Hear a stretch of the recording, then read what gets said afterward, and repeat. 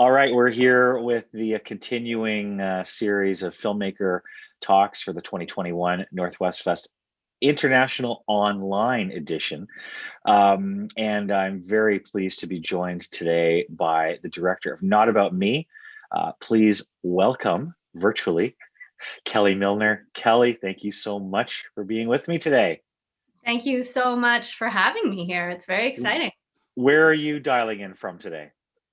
Well, I am from the Yukon, and that's usually where I am. But actually today I'm in Smithers, British Columbia, where I'm visiting my family.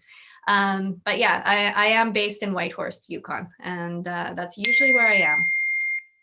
So before we kind of get into the meat and potatoes here, first and foremost, why don't you tell folks just a little bit about your film? Yeah, Not About Me. It was a bit of a surprising film to make.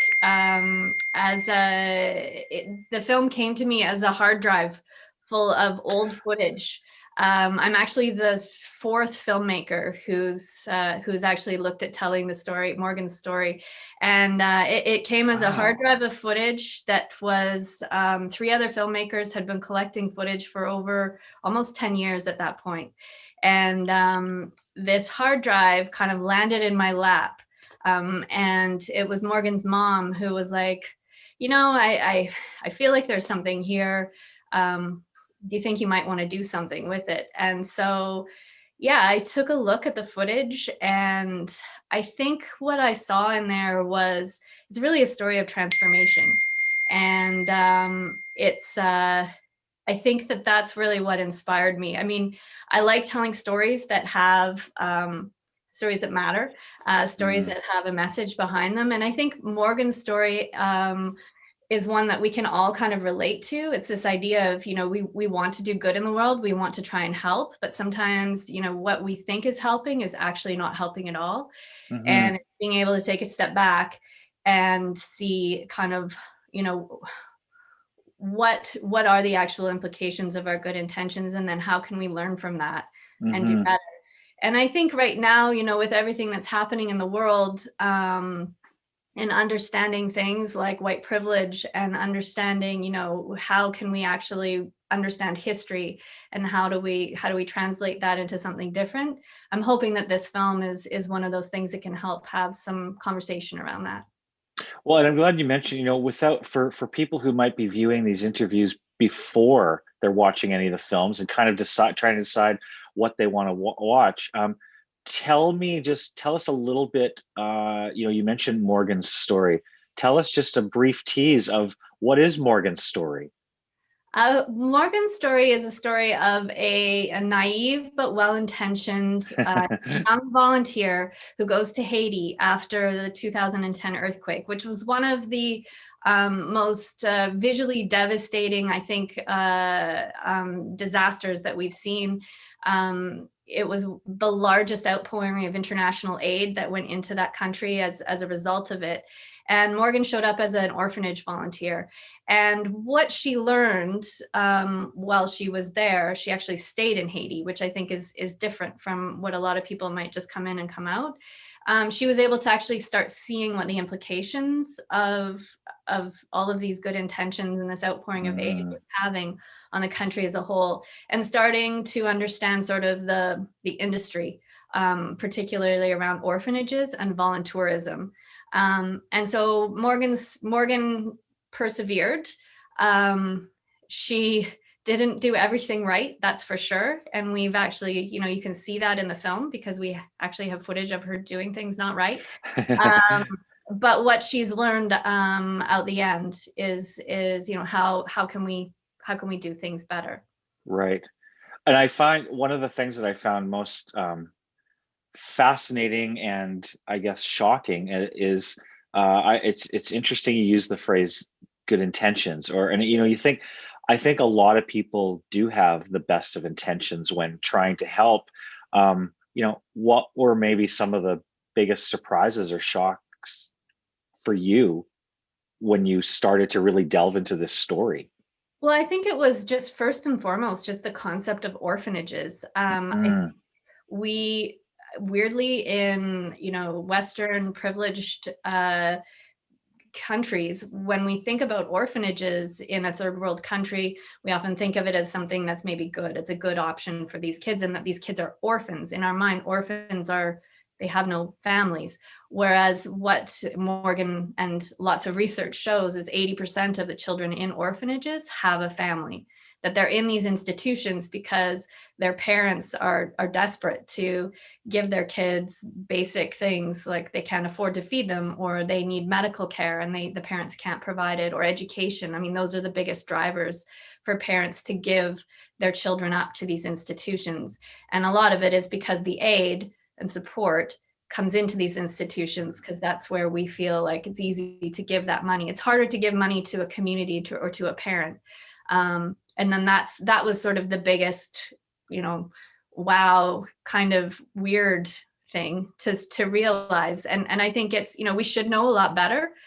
I think one of the things that, we've learned is, even if it's a good orphanage, an institution is not a great place to raise a child. And so these alternatives to those types of care are really what we should be looking at if we do want to help and support people in need.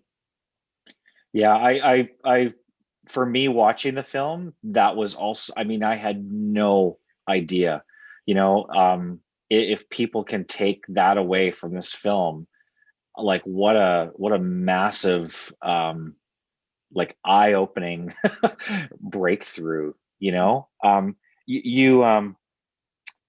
Morgan, I mean, you have a tremendous amount of footage, obviously, as you alluded to earlier, for many years. Morgan really does seem, especially as you kind of see her growth, both physically and spiritually and mentally, and she seems like quite a remarkable young woman. What were your impressions from when you first met her, kind of through the journey of telling the whole story, and just tell me a little bit about that. Morgan is special. I didn't know that when I first started doing this. I mean, to be honest, when I was first approached, I was sort of thinking, I think Morgan at the time would have been 25 or 26. And so I sort of felt like, oh, what does this young person, what can she actually show us? What does she actually know? I wasn't really sure. I didn't know enough about what she, sorry, can I start that again? Yeah, absolutely. Okay. I know that she in Whitehorse, everybody knows about Morgan. There's been these ads. She's very well known. And there's these ads that are always in the back of the newspaper. And it was, picture of Morgan, and it was support Little Footprints, Big Steps, her organization. And I really didn't know. I didn't know. I thought, she was this, maybe a little bit of young, I'm going to go save the world, maybe naive. I didn't know how much depth she really had. And it wasn't until the very first time I met her, I'd actually started working on the project, and she lives in Haiti. And so she came back to Canada, and she hadn't been back for a couple of years. And so I was able to actually meet her and sit down and talk to her. And she was like, I'm really glad that you're telling this story, but I really don't want it to be about me. And that was for me to kind of start to be challenged by her. She really did challenge me. She said, it's too easy to make me the hero. And in a lot of ways, I think that shows her maturity. Like, she really does understand, and is quite humble about the fact that she made a lot of mistakes. I think that sort of vulnerability that she shares with people, she's not perfect. Mm-hmm. And I think that makes it out. I think for that reason, we can empathize with Morgan, because I think we've all been in that place where, I would have been on that airplane with her right after the earthquake, no problem. But also, I think because you can actually see, and because she shares her learning and her mistakes and some of the, some of the ugly parts of her story, it also allows us to maybe not feel guilty I think that's her biggest thing, is she wants to people to still have generosity, but to have more informed generosity. Yeah, yeah. And that's, I think, what I really appreciate about her as a person, is that she is such a wise old soul. And yes, she has a lot to teach us, even as a very young person. And so, I need to not be so ageist, I realize. And I think that's what I'm really grateful to Morgan for being so open and being so vulnerable, and seeing that hopefully her story can help move the needle a little bit for people. And I love that phrase you just used, informed generosity. What a great way to put it, because it's just like, you all have the best intentions, but dig a little deeper into what you're doing before, and like you said, a lot of people get gung-ho and will get on a plane and they'll go and volunteer for 2 weeks or a month. Or the difference, I think, is most people then turn around and go home. And Morgan didn't. She stayed. That is just so fascinating to me. Tells you a lot about her character, I think. Yeah, no kidding. Yeah. And speaking of that, you had, like you mentioned, the hard drive of lots of the early footage. When you met with her, I guess kind of, was she on board right away with you being the person to like complete or tell her story? Like what was there a bit of a feeling out there period? Or was she trepidatious, or was she right away, like, because she wanted her story to be told, like, yep, let's go for it? Honestly, I'm not sure Morgan really even understood at that point in time. She was so wrapped up in what she was doing on the ground in Haiti. I think, like I said, this hard drive of footage that's sort of been bumping around. I don't think she even knew what was on it, to be totally honest. And when we talked about it, and when we talked about the ideas about what we wanted how to tell the story, and really, I think what made her excited to work with me is this idea of having some sort of impact around telling her story. That brought her on. And I think we were able to really establish a good sort of rapport and working together in terms of how to tell this story, because I do have to respect the fact that this was the story I was being invited to tell. But right. I can say that the first time that Morgan watched the first cut, it was really hard for her, because she said, I know that that's me on the screen, but I don't remember so much of this. Like, she was just to be able to go back and, all of these things, there was lots of memories. There were lots of things that, she had these different filmmakers that were basically just following her around for so much of what she was doing. But I mean, they were young, and all of them were sort of gung-ho. So right. Yeah, I think for her, it was also a bit of her own self-reflection, like seeing herself was one thing to sort of, she'd moved on in her mind, but to be able to go back and to actually see that, I think it's really helped solidify some of the things for her. And I think she's really happy now that that she has that sort of record, and that she can share it. Well, what is this is going to be kind of a two-part question from two different perspectives. What do you feel, not to speak on her behalf, but what do you feel, or what did you get the impression is her ultimate hope by having this film out in the world? And then I'm going to ask you a second part, which is your hope. So, but first, let's go with Morgan. What do you think is her hope for the film? Well, I know for Morgan, from the beginning, she really wants to engage with young people who are like her, that are like her, like she was.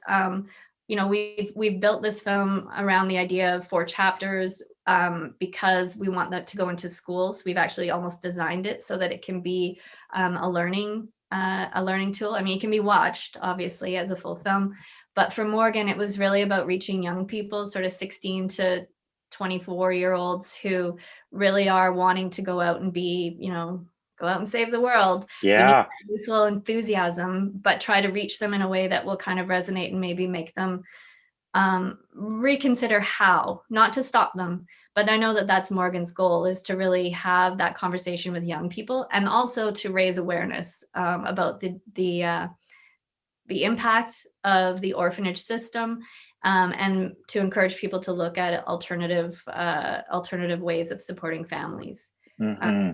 And that's become her primary goal. She's really stepping back from all of the work, being on the ground in Haiti, but using that, her experience as a place to be engaging with organizations and helping people sort of understand the impact of orphanages.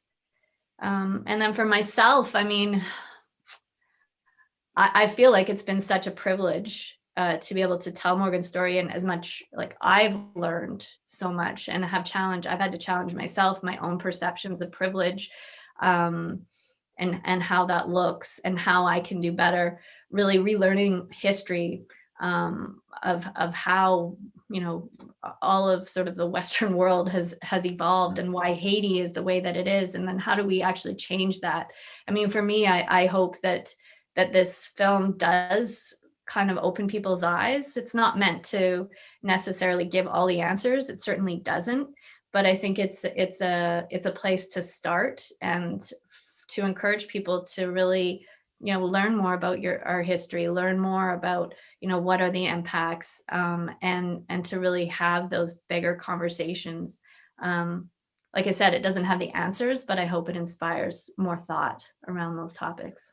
Well, and that's a great segue to, one of the things, and you and I had talked about this kind of off camera. One of the really wonderful things about film festivals in the before times is we all gather in a room together, watch a film, get inspired, and then the filmmaker and or the subject of the film might be there, and everyone can engage and continue this discussion face to face, and it gets people fired up, and it gets people inspired, and it gets people inspired to take action and want to do something. For people watching the film, over this next 2 weeks online, what are some of the ways then, if they want to get engaged and inspired and active, what are some of the things that they can do, or what are some of the things that you guys have put in place to help them engage and have their voice heard? Yeah, I mean, we have developed a bit of a platform for viewing online. One is, like, we do get people to do a pre-survey, which I think is really interesting. It sort of challenges some of their assumptions around orphanages and volunteering. And then afterwards, there's a follow-up that people can do that also kind of gauges where they've sort of landed now. And then one of the things that we have been looking at and working with a few other organizations, it's a very simple thing, but just a pledge. And so there's schools, businesses, there's like a little policy that's a terrible word, a pledge, like the local school in Whitehorse has just done it through their school council, basically saying, you know what, we recognize that orphanages are not a good way to support, people in need. And so our school will no longer, support anything without doing our research and doing some more thought. We'll look at alternative ways of supporting families and finding ways of helping rebuild. And there's a similar pledge that can be for businesses or organizations that do support. It's just a way of acknowledging it, sort of, and putting it on the record. And the other thing that we're looking at is other countries have started putting travel advisories nationally, especially for people who are doing gap years, those types of things. It's not necessarily to stop people, but we're hoping to work with the Canadian government and also get people encouraging the Canadian government to follow suit for other countries, like the EU and Australia has now done it, where it's just like, if you're looking at doing a year abroad, here are some things to consider when it comes to orphanages. And wow. Yeah. So these are, they're small things, but they can actually have, I think, a bigger impact. And again, it's just to raise awareness and get people thinking about it. I mean, we're not, we're not thinking that everything's going to get shut down right away, or that's not the intention. But I think if we can start shifting our support and being more aware and acknowledging how we can help better, that would be a really great outcome. Well, I mean, speaking for myself personally, I mean, the thing that stuck with me, and I watched this movie months ago now, but the fact that, 80%, I mean, I was like one of those people who heard the word orphanage and make that assumption. And you hear this stat, 80% of the kids in orphanages actually have a family that they've basically been taken from. And it's just mind boggling that Mhm. that can happen, you know? Well, and I think that's the thing, is like it's supply and demand, right? And I think that, yeah, 80% of those kids end up in there. Their parents give them up because they Mm-hmm. think it's a better place, because that's where all Mm-hmm. the hate goes to. It's a business. The kids are the product. It's very unfortunate. Human trafficking, you know, and it's not to say that, I guess in Morgan's case, and some of the stuff we talk about in the film, her experience was at a very abusive orphanage. They're not all abusive, but Right. at bottom line, institutions are not great places for kids. So there's No. an orphanage. We don't have orphanages here. This is No. something we've learned, that institutionalizing children is a way to break down societies. It's a way to create lasting damage. The kids do not come out of it as being healthy and connected to their communities. Mm-hmm. And so how do we break that thought process? And I think one of the things that's been discouraging for me, um, in the film, we talk about the jury, that the study that was done in Haiti, where 750 orphanages were assessed and only 30 met the minimum standards. And so, that means over 700 orphanages were deemed to be, not operating, meeting minimum standards of care for children. When they went back and did a jury and identified the ones to be shut down immediately, none of them have yet to be shut down, because their international donors are still sending them money. And the Haitian government, who, is in a very dire place, doesn't have the capacity or the resources to actually shut them down. So if Right. there's one thing we can be doing, is being more informed and respecting the laws of other countries, and acknowledging that, they may actually know what's best for their community. Right. Right. And I'm glad you mentioned one thing here. We've talked about kind of the best intentions that people have when they're donating or sending money or trying to help. But one really important uh, fact here too, and you just alluded to it, is these parents of these children, they're all doing this kind of with the best of intentions as well, and just being sold a bill of goods. You Absolutely. know? Absolutely. And I think that that's, we met, when we went to Haiti, we were able to meet, orphanage survivors, and the parents, and the kids that had been part of some of these orphanages that have since been shut down, and the kids have been reunited. And, realizing what it was that, these parents, they're being told that they're going to be helped, and then they just lose, they lose track of their kids. And we think, oh, how can that happen? But realizing when there's a country where everything is really broken down, it's very Mhm. difficult. You know Suddenly the kids have disappeared, and the parents don't even know how to find them, or things like that. It seems unbelievable to us, but It yet when does. you're there, you realize how quickly something like that can happen. And the parents assume that the kids are going to be fine, and then they may never see them again. They may not be allowed to see them. Their kids may be moved to a different facility. They just don't know. So It's horrifying.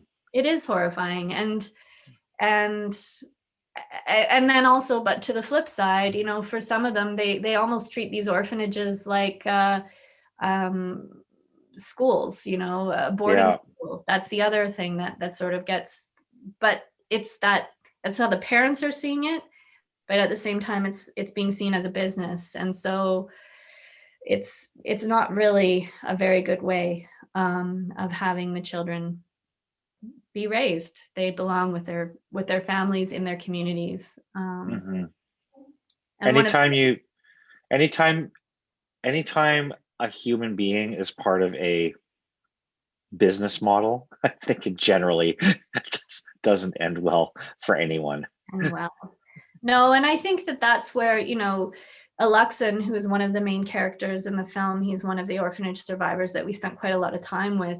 You know, he's so passionate about this idea of helping people understand, like, you know, kids belong in families. That's, Yeah. if it's not your family, it's a foster family, it's somebody else who can care for you so that you can, you know, some people who can support you to have dreams and to build towards a future and understand how to have human connections. And that's so important. And I mean, I'm really, again, I feel really lucky that we got to spend time with Alexan because he's a pretty interesting guy. And Hmm. I'm glad that he was able to sort of share his story through the film. And then I guess my final question here, this is a big one for you, is the is the completed film the film you set out to make, or did it change along the way? Oh my gosh, no. This film started off as a 20-minute profile piece for our local community TV channel. Uh, that was the film I started out to make 3 years ago, and it ended up being, you know, we ended up going to Haiti, had an intense and crazy time there, which changed the story entirely, just through our experience there. We came back to Canada. The film changed again with all of the things that were happening in Haiti.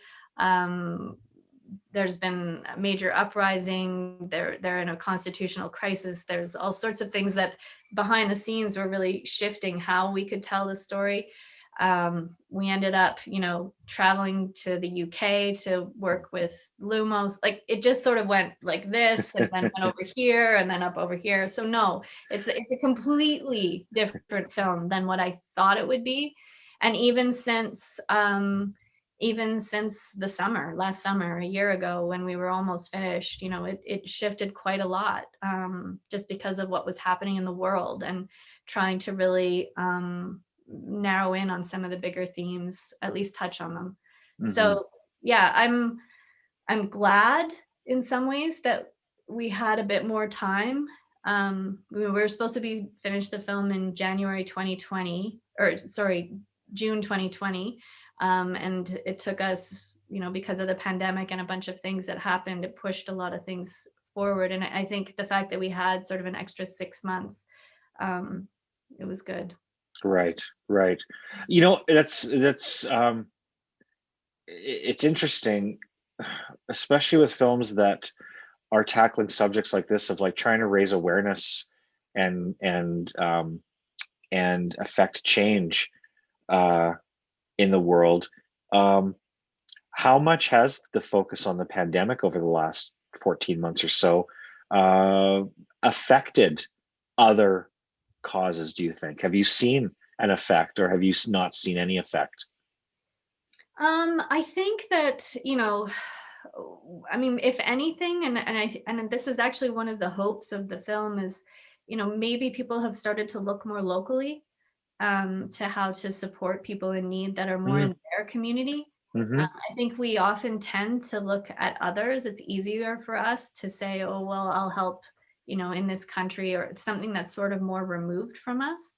Whereas I think now this pandemic has really, I can't say across the board, but maybe made us more aware of the assistance that we can provide to the people in our own community. That's a great point. Yeah. Yeah, and I think that that's one of the things that I know when Morgan speaks to young people, she really encourages them to look first and foremost around their neighborhoods, to see if they do want to help, help where you have the most knowledge and the most sort of connection and understanding. So often that starts in your own community. But I also think because of the pandemic, certainly, we've had this conversation just about the timing of releasing this film. In some ways, it feels weird to be releasing it during a pandemic, but as we're looking at travel opening up again, certainly one of the things that we've seen is there's been an increased promotion of orphanages again, and orphanage volunteering. And so it is kind of a good time to be reigniting this conversation, and hoping that we can reach out to people who've sort of been, especially young people who've been, itching to go out into the world. Trying to be part of that conversation now. Yeah, that's amazing. It's a great way to wrap it up. It's a really special film. I'm really so glad that you guys submitted it to us and that we're able to have it in this year's lineup. And I really hope people respond to it as we did, as I'm sure they will, especially Morgan's story. I mean, she's just a really remark. We could use more Morgans in the world right now. It definitely use more Morgans. And it's hard. I would just say as a last point, it's hard because, the film's called Not About Me. And it is all about Morgan. But yeah, I think it is showing like it's not so much about her, but how she is. And I think if we can all be more like that, or at least find a little bit of that in all of us, that kindness and that compassion, I think, and self-awareness, definitely the self-awareness. I think we could go a long way of how we can see everybody and what they need and how we can help each other. Couldn't say it better than that. Kelly, thank you so much. Thank you. Thanks for being part of the festival, and hopefully thank you for having us. We're very excited. Well, hopefully it'll be in person next time. Yes. We'll be waving the banner here. Okay, thank you. Thanks a lot. Take care. Bye.